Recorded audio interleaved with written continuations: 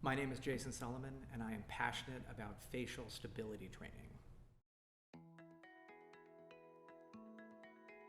Facial stability training is a term that I started using about 6 or 7 years ago to describe the highly coordinated pattern of muscular engagement and the way that that helps wind players make the sound that they make on their musical instruments. Muscles need 3 things to work optimally. First, muscles don't work by themselves, they work in coordination with several muscles. So the muscles need to be coordinated optimally to do whatever job they are being asked to do. Muscles also need to be strong enough to do that job that they're being asked to do. And they need to have enough endurance to continue doing that job. And endurance, frankly, is just strength over time.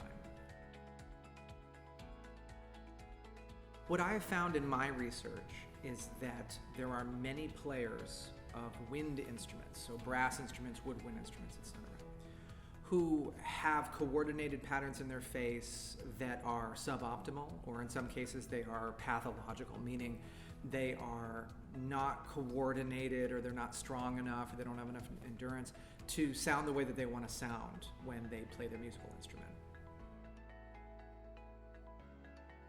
I'm passionate about stability training because I got into it maybe about, 8 years ago, when I realized that there was something wrong with my face. When I was 15 years old, I was in a pretty bad bicycle accident, and I was going down a hill at pretty fast speed. I ended up flipping over the handlebars and I landed on my face, and I skidded on my face for a while. I have scarring that kind of runs up above my lip here and goes down through my lip and into my lower lip, kind of right across the middle of my face, which is not where you want issues if you play a brass instrument or even a woodwind instrument to that matter. And I never realized that anything was wrong because I was able to play at the level that was needed for whatever ensembles I was in for high school or even for undergraduate in college. It wasn't until I got older that I realized that there was some limitations to what I was able to do with how I made sound in the instrument that other people didn't seem to have. I naively thought that everybody had the same struggle and everyone needed to practice, but for some reason I practiced obsessively and the results didn't come as quickly as it seemed to come for others. So when I was about 38, 39 years old, I started to realize that I think something's not quite right and I don't know what it is. Fortunately, throughout my journey of education and training, I've studied a lot of kinesiology, exercise science, neuromuscular control of movement, cognitive neuroscience, etc. And I've looked at how the brain and body work to make movement happen. It's something that I've always been really interested in to help enhance my playing career, my teaching career, and all that. So when I stepped back and looked at the situation like a physiologist might look at the situation and said, okay, something's not quite right. The muscles in my face are doing something weird. What's going on? And I just started charting out what it was that my face was doing. Well, if I played this note for this many beats over this amount of duration, is that okay? If yes, let's make it harder. If not, where do I start seeing the trends and the patterns across the range of my instrument? And after about a few years of just intense trial and error every day, I kind of came up with this method of stability training. And it seems to hold pretty consistent across players. There is a correlation between where we are in the range of our instruments and how long we're sustaining pitches for and how much fatigue we experience. And when the coordination patterns start to get challenged, either through fatigue or lack of strength, weird things start to happen with either our flexibility or our tone quality or our articulation because the mouth shape changes.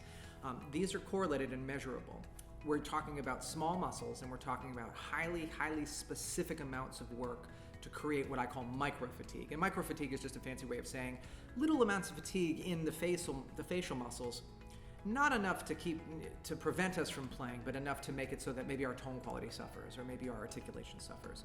Minor, small amounts of fatigue.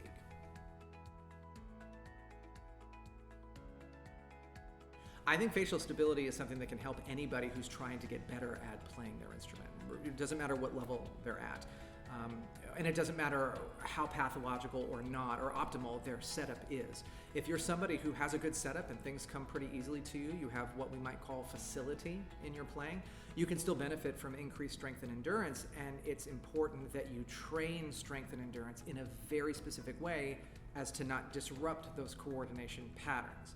If you're dealing with pathology or just suboptimal coordination patterns, it's important that you get to the heart of the matter first and then start to develop strength and endurance. If you have a pathological setup with the way that you play that is going to be limiting at some point when the repertoire gets hard enough or the ensembles get good, and you just practice with the same methodology and double down, so to speak, you might be just ingraining this extra strength and this extra endurance in a pathological coordination pattern, and that's never going to lead you to the road you want to be on. There's going to be a limit somewhere along the way. You might be able to get into grad school, you might be able to advance in auditions, but there might be some place along the way that you can't do what you want to be able to do because there are limiting factors to the way that the face muscles are coordinated. So it's important to make sure that you're doing something that goes after that. Well, facial stability training is a really great way to get very specific with doing specific workouts, creating specific amounts of challenge for the face, creating micro-fatigue in very specific places, then charting that all out, and then coming up with workouts relative to where somebody is in their development of those issues. So it's not a cookie cutter one-size-fits-all. You can't just give this exercise out and put it on a piece of paper and have everybody play it. It's highly specialized to the individual, and it meets individuals where they are and then helps them build from that point. First targeting the coordination patterns, but also targeting the strength and endurance of the muscles in order to maintain those coordination patterns. It's been exciting over the past couple of years. There's a brass player named Matt Billock who works up with a Chicago brass band, and he's a computer software programmer. He and I started Corner Chair Tech, and we are in the process of developing first a web-based platform and then a mobile app to deliver this method at scale. Right now, I crunch numbers by hand, and I can only work with so many individuals at a given moment. So I have a small number of clients, and then my studio at Troy University, and then myself. By having a mobile app that will automatically generate workouts for people and track their data, we're able to deliver it at scale. And so a lot of people that are in situations where they could use that little extra help, this is going to be able to provide that for them.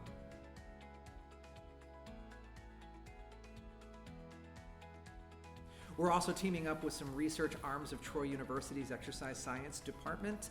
Dr. Grant Mouser is an exercise science professor here, and he and I have started to do EMG research. We've hooked up electrodes to my face to measure individual muscles and how much they're contracting and what their maximal contractile abilities are. And what we're going to do is run some longitudinal research studies with several of my students here at Troy University so we can chart out how their face muscles are changing both in relative coordination patterns between the muscles and then relative strength and endurance, across several years of development. We're going to be able to show how stability training has changed their faces for the better, and then that hopefully will correlate with the changes and improvements that we hear musically from enhanced ability to play. I think anybody that wants to level up their playing can benefit from the method.